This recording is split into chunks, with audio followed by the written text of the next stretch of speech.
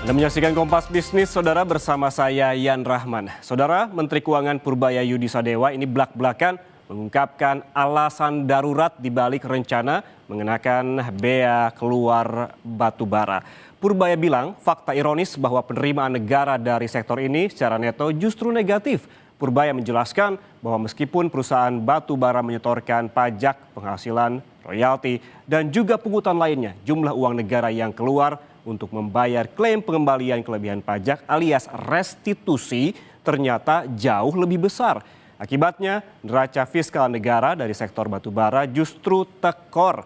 Pemerintah malah seolah-olah memberikan subsidi kepada korporasi yang menikmati keuntungan besar dari bumi Indonesia.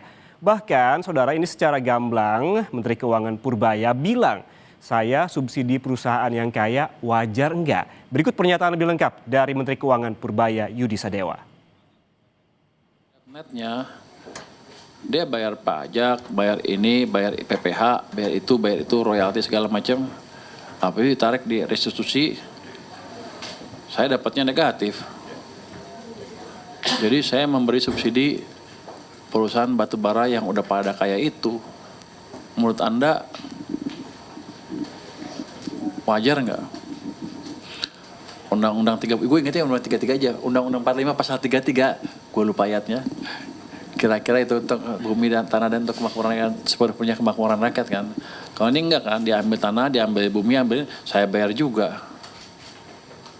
Kalau gitu lebih baik saya tutup semuanya, industri batubara. Selesai, saya masih nol. Dari sisi fiskal, tapi kan nggak gitu kebijakannya. Kita cari yang optimal untuk semuanya, untuk pengusaha maupun untuk negara, untuk masyarakat juga. Kan pajaknya bukan saya pakai makan-makan, tapi tadi makan-makan ya. Kita pakai untuk program-program yang bisa memakmurkan masyarakat. Misalnya kayak bencana di Aceh, dari mana uangnya? Program pendidikan dari mana? Gitu kira-kira. Jadi kita cari balance yang pas buat semua pelaku bisnis maupun untuk negaranya. Tujuan kami bukan mematikan industri batubara, tapi mengoptimalkan pelaksanaan hak-hak mereka sehingga negara dan rakyat pun diuntungkan juga. Lalu saudara, sebetulnya berapa sih restitusi pajak batubara sehingga membuat Menteri Keuangan geram? Ini berdasarkan keterangan dari Ditjen Pajak Kementerian Keuangan, pengembalian pembayaran atau restitusi pajak dari sektor batubara menembus angka 42,9 triliun rupiah per November 2025. Restitusi pajak ini terus membengkak setiap tahunnya. Kita lihat bagaimana dari restitusi pajak batubara 5 tahun terakhir. Kita lihat di tahun 2021 restitusi pajak untuk batubara hanya sebesar 5,7 triliun rupiah. Kemudian naik begitu, ini hampir 2 kali lipat di tahun 2022 sebesar 11,3 triliun rupiah restitusi pajaknya. Naik lagi sebesar hampir 9 triliun di tahun 2023 menjadi 20,2 triliun. Dan naik kembali saudara di tahun 2024 sebesar 25,2 triliun rupiah. Dan naik hampir 2 kali lipat lagi di tahun 2025 atau yang terbaru di tahun lalu restitusi pajak batubara sebesar 42,9 triliun rupiah di tahun 2025. Saudara, perlu diketahui ini setelah berlaku Undang-Undang Cipta Kerja, batubara dikeluarkan dari kategori barang tidak kena PPN. Dengan status ini maka wajib pajak berhak untuk mengkreditkan pajak masukan yang terkait eksportasi batubara sehingga para taipan batubara bisa memperoleh restitusi. Lalu seberapa besar total realisasi restitusi pajak? Kita ke data berikutnya.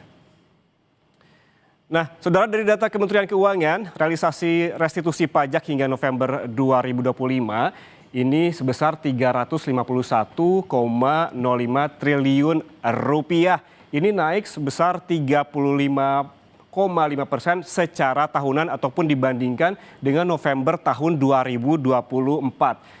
Dan restitusi pajak terbesar penyumbangnya apa saja begitu? Variabelnya ada PPN dan juga PPNBM sebesar 247,16 triliun rupiah. Dan yang kedua yang terbesar yaitu PPH Badan sebesar 96,20 triliun Saudara, dari data ini, PPN Komoditas Ekspor Batubara cukup mendominasi restitusi sehingga dipertimbangkan biaya keluar batubara atau ekspor yang direncanakan mulai berlaku pada awal tahun ini, tahun 2026. Lalu bagaimana skemanya? Kita lihat ke data berikutnya. Ya, Saudara, Menteri Keuangan Purbaya Yudi Sadewa mengungkapkan bahwa dalam pembahasan tingkat teknis, usulan tarif bea keluar batubara yang mengemuka berada di kisaran 5 hingga 11%.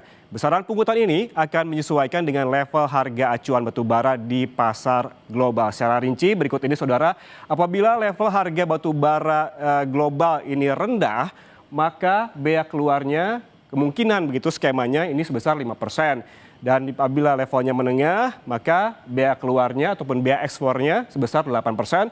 Dan jika level harga batubaranya tinggi, maka bea keluar kemungkinan akan berada di 11%. Saudara, meski demikian, Purbaya menegaskan angka-angka ini belum final. Pasalnya, rancangan peraturan presiden yang menjadi payung hukum kebijakan ini masih dalam proses penyusunan dan masih menuai protes dari para pengusaha batubara. Padahal awalnya bea keluar komoditas batubara akan berlaku pada awal Januari 2026. Kemudian, Saudara, bagaimana kinerja saham batubara? Apakah terdampak dengan rencana penetapan bea keluar atau bea ekspor? Kita lihat ke data berikutnya. Ini dia, Saudara, selama sebulan terakhir sejak pembahasan terkait bea keluar emas dan batubara di Ditjen Strategi Ekonomi dan Fiskal bersama Komisi 11 DPR pada pertengahan November 2025, tampaknya tidak ada pengaruh signifikan terhadap saham-saham yang bergerak di sektor pertambangan batubara. Ada yang naik, namun tak sedikit juga yang ambles. Kita lihat secara detail begitu, ini sebagai contoh perusahaan ataupun emiten yang bergerak di pertambangan batubara. Kita ke yang menghijau terlebih dahulu ataupun yang naik selama 1 bulan terakhir, Saudara, ada PT RO. Ini merupakan koleksi dari Taipan ataupun konglomerasi Prayogo Pangestu yang naik sebesar 3,72%. Namun di sisi lain, Saudara, ada juga yang koleksi dari Prayogo Pangestu yaitu Cuan, namun ini ambles begitu, turun sebesar 16,73% selama sebulan terakhir. Yang juga naik adalah PTBA. PTBA ini merupakan BUMN anggota holding Mind ID, di mana ini naik 1,74%, tipis saja. Dan ada juga ADRO ataupun Adaro yang naik tipis juga 1,38%. Sisanya memerah, ada AADI yang juga turun 5,70%, ada DSSA yang turun 4,87%, dan ada juga BYAN yang turun 1,83%, dan juga ada yang turun tipis yaitu ITMG di 0,34%, Saudara. Saudara, lalu seberapa darurat pemerintah memberlakukan bea keluar batubara? Apakah langkah ini akan secara signifikan menambah pendapatan negara? Usai jeda, Kompas Bisnis akan membahasnya untuk Anda. Tetaplah bersama kami.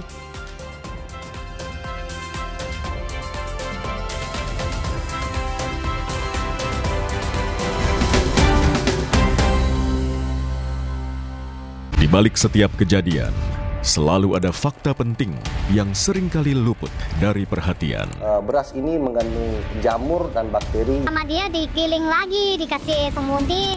Lucuti peristiwa lebih terperinci untuk mengungkap kebenaran yang tersembunyi. Penculikan kan suasana agak sepi ya.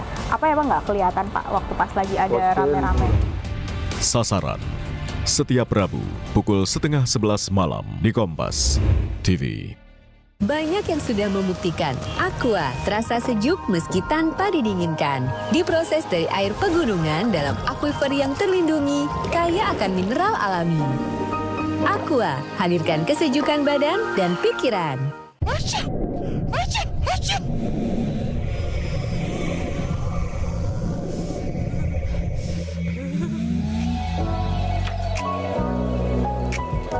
Ultraflu, flu reda, lega rasanya. Ubah malas jadi semangat. Rasakan sensasi dan emosi dalam setiap aksi dengan berita olahraga terkini dari arena nasional hingga gelanggang dunia. Kompas Sport juga akan menyajikan sejumlah informasi olahraga menarik lainnya. Menjadi Kompas TV independen terpercaya. Kompas Sport. Ikuti pada hari dan jam berikut. Live di Kompas TV. Upaya mencari solusi dari banyak sisi memerlukan pemikiran, kematangan, dan kebaruan. Dengan kesadaran guna menciptakan perubahan. Bersama saya, Yogi Nugraha, dalam Satu Meja The Forum. Komporgas.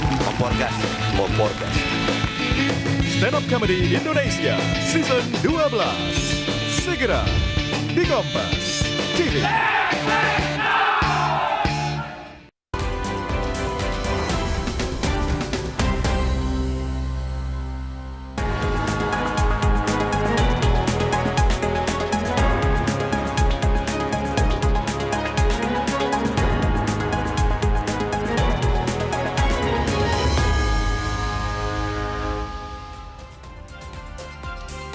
Anda masih bersama kami di Kompas Bisnis, Saudara. Lalu seberapa darurat pemerintah menerapkan bea keluar batubara jika selama ini negara merasa dirugikan dari restitusi batubara? Mengapa aturan ini baru dibahas lagi akhir-akhir ini? Kita berbincang dengan Direktur Selyos Bima Yudhistira. Selamat pagi Mas Bima.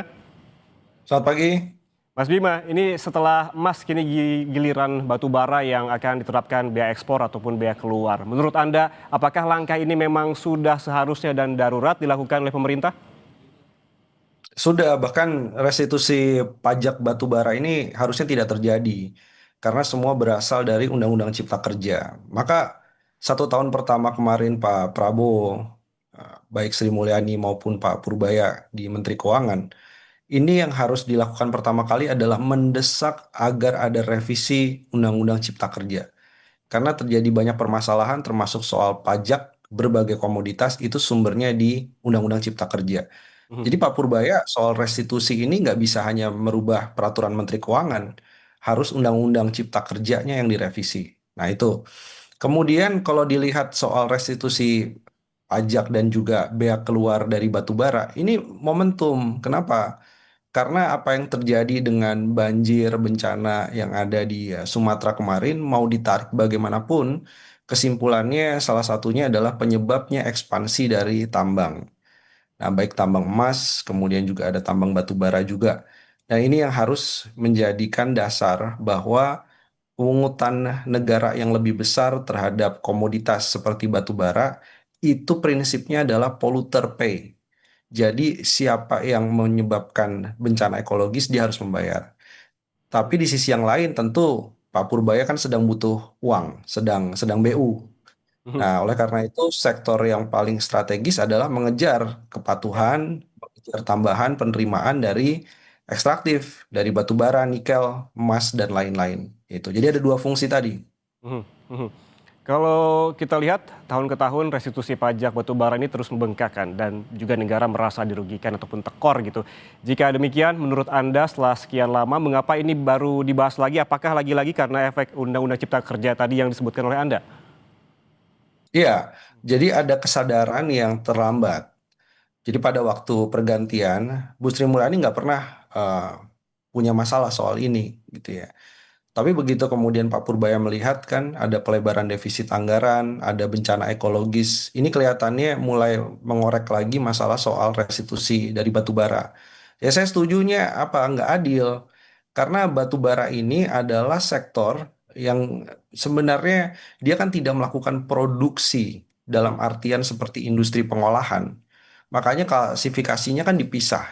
Artinya apa? Dia punya konsesi lahan yang milik negara, kemudian dia melakukan eksploitasi, tidak semua melakukan reklamasi, misalnya meskipun ada dana jaminan reklamasi, CSR-nya juga tidak semua kemudian menjadi CSR yang bermakna buat masyarakat setempat, sumbangan terhadap negaranya itu kecil.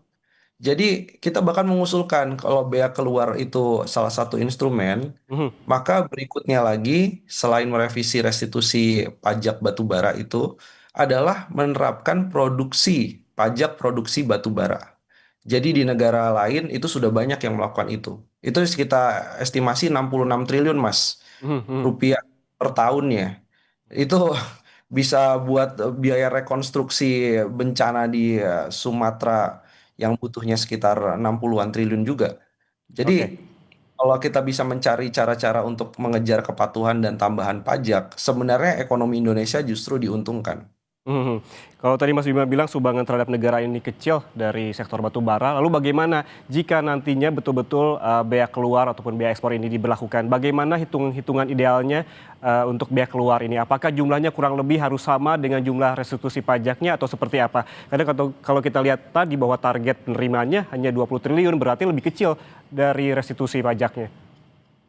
Ya, kenapa? Karena kan begitu ada restitusi pajak sebenarnya negara mengembalikan. Nah, konsep negara mengembalikan ini sebenarnya adalah konsep yang nggak fair. Mhm. Dan ketika didorong adanya bea keluar, nah ini sebenarnya negara sedang meminta apa yang menjadi haknya. Nah, dengan adanya bea keluar sebenarnya hitung-hitungannya sederhana. Kalau pemerintah punya bea keluar yang lebih tinggi untuk batu bara atau sebelumnya belum ada, itu sebenarnya akan membuat perusahaan batu bara itu melakukan dua hal. Yang pertama, dia akan lihat apakah jualan batu bara di dalam negerinya akan laku dengan harga berapa. Itu ada DMO batu baranya.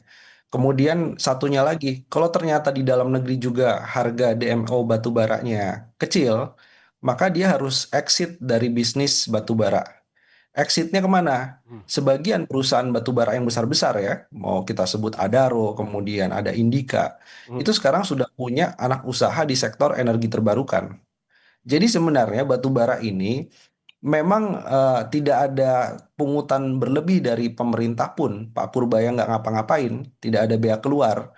Itu sebenarnya adalah bisnis yang bisa dikatakan sunset. Mhm. Sehingga banyak pelaku usaha batu bara itu bergeser ke sektor yang lebih menjanjikan ke depan. Ada Oke. yang buka hotel, berarti percaya pariwisata mereka. Ada yang buka di sektor jasa lingkungan bahkan. Itu menunjukkan bahwa dalam 10 tahun ke depan memang prediksi harga batu bara meskipun ada konflik di Venezuela yang harusnya harga minyak hari ini naik kan tidak terjadi. Oke. Jadi batu bara 10 tahun ke depan itu harganya diperkirakan masih akan rendah. Oke, dalam jumpa pers dan juga keterangan terhadap pers beberapa waktu lalu oleh Menteri Keuangan Purbaya Yudi Sadewa, ini Mas Bima, dia menyebutkan ataupun menyinggung soal pasal 33 dalam Undang-Undang Dasar begitu. Dalam Undang-Undang Dasar pasal 33 disebutkan bumi dan kekayaan alam dikuasai negara dan dimanfaatkan sebesar-besarnya untuk kemakmuran rakyat. Apakah rencana pemerintah terkait bea keluar ini merepresentasikan hal tersebut karena kan katanya uangnya bisa dipakai untuk pemulihan bencana Sumatera. Ya, betul sekali. Jadi sebenarnya Pak Purbaya itu pengen bilang perspektif yang sama lah dengan kita yang pro lingkungan. Cuman Pak Purbaya nggak mungkin langsung bilang saya pro lingkungan dan anti batu bara gitu ya. Atau membuat narasi bahwa batu bara menyebabkan bencana Sumatera itu biar biar kita aja gitu kan. Hmm. Tapi di sisi yang lain sebenarnya dengan menggunakan pasal 33 sebagai tameng, Pak Purbaya ingin bilang bahwa kerusakan yang ditimbulkan di Sumatera ini ada kontribusi dari sektor pertambangan. Yuk kita sama-sama membayar atas kerusakan tadi. Nah, sebenarnya jalur berpikirnya ke sana tapi dibawanya adalah pada ekonomi konstitusi gitu ya, bukan Hmm. langsung pada ekonomi hijau. Tapi di sisi yang lain memang betul karena bencana yang diakibatkan oleh sektor pertambangan ini ke depan itu akan lebih masif kalau tidak ada pungutan yang lebih besar ataupun perencanaan dengan pengawasan yang lebih ketat ke depannya di berbagai sektor pertambangan. Kedua, saya pikir Pak Purbaya juga punya tujuan untuk menggeser sebagian sektor-sektor pertambangan ini masuk ke dalam sektor strategis lainnya. Hmm. Kita punya 3 juta rumah, ya kita juga punya tadi sektor ekonomi kreatif. Masuklah ke sektor-sektor tadi sehingga bisa mendapatkan pendapatan buat perusahaan yang lebih besar. Jangan masuk ke sektor-sektor yang sebenarnya kalau uangnya untuk bencana berarti kan Hmm. itu ada kejelasan ya bahwa ada korelasi lah antara sektor pertambangan dengan banyaknya kerugian ekonomi di berbagai tempat. Oke, apabila kita masih berbicara terkait dengan pasal 33 tadi, Purbaya juga bilang jika tidak sesuai dengan pasal ini bisa saja perusahaan ini ditutup begitu. Namun kebijakannya tidak demikian. Apakah menurut Anda penerapan bea ekspor batu bara adalah win-win solution atau sebetulnya ya tutup saja gitu jika terus bikin tekor? Ada dua hal. Oh, Pak Purbaya ini bukan Menteri SDM, yang artinya adalah kewenangannya di sektor kebijakan fiskal. Jadi yang diutak-atik bea keluar, PNBP di situ. Tapi di sisi yang lain, kalau memang ada kebocoran pajak, ada kemungkinan dilakukan misalnya transfer uang ke luar negeri atau ke negara-negara suaka pajak, dikasih tax amnesty sebelumnya juga nggak mengikuti tax amnesty, maka perusahaan ini atas wewenang dari Kementerian Keuangan bisa saja dibekukan, tapi dalam rezim perpajakan atau penerimaan negara bukan pajak. Tapi di sisi yang lain, kalau soal perizinan berarti kan bisa tanya ke Pak Bahlil selaku Menteri SDM. Nah, dua ini harus sinkron, Mas. Oke. Karena rezim batubara ada di dalam dua ini salah satunya ya, SDM dan juga Kementerian Keuangan. Tapi saya sadari bahwa apa yang disebut sebagai pasal 33 itu artinya juga kemakmuran sebesar-besarnya untuk rakyat. Kemakmuran ini didefinisikan kalau sumbangan pajaknya terlalu kecil tidak adil, dibandingkan apa? Dibandingkan anti kemakmuran, yaitu aktivitas-aktivitas yang justru menyebabkan kerugian ekologis dan kerugian masyarakat. Nah, titik terangnya di situ. Jadi mau pakai pasal 33, mau pakai advokasi lingkungan, saya kira keluarnya sama, bahwa bea keluar ini momentum yang tepat untuk diterapkan. Artinya harus ada juga koordinasi antara Kementerian Keuangan dengan Kementerian SDM begitu ya. Kalau memang terkait juga koordinasi ini, kalau merasa dirugikan negara, apakah sebetulnya ada evaluasi ataupun perlu evaluasi besar-besaran di sektor industri ini? Oh ya, jelas semua ya. Saya pikir apa yang terjadi di Sumatera dan juga kontribusi ke pendapatan negara tidak terlalu besar, momentum untuk revisi Undang-Undang Cipta Kerja. Undang-Undang Cipta Kerja terutama di dalam rezim pertambangan, dalam rezim migas di situ, dalam rezim izin lingkungan, itu juga semuanya harus dilakukan evaluasi. Dan semua orang saya kira kalau diminta untuk membantu ya, bagaimana menata ulang semua sektor pertambangan ini sehingga bisa lebih terarah dan juga kontribusinya bisa lebih besar tapi dampak lingkungannya bisa diperkecil. Nah, ini saya kira banyak yang akan membantu Pak Purbaya kalau jalannya ke sana. Dan di sisi yang lain juga kita melihat bahwa apa yang dilakukan Pak Purbaya ini justru akan menarik lebih banyak lagi investasi di sektor non pertambangan. Karena Purbaya keras untuk ke sektor batu bara, maka investor di sektor energi terbarukan, baterai kendaraan listrik itu juga banyak yang tertarik untuk masuk justru.